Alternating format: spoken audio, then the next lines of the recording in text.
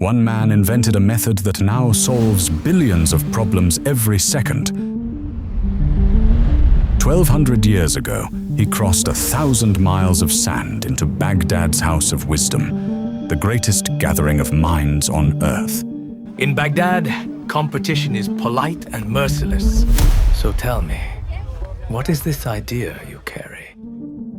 A method to weigh the unknown and answer questions that have not yet been asked. He called it algebra, a language of numbers.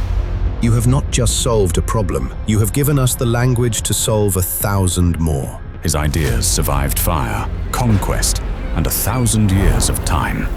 Carried west, his name was rewritten in Latin. Al-Khwarizmi became algorithm. Today it guides us, serves us, and studies us, billions of times a second. He reached beyond his time. He became a legend.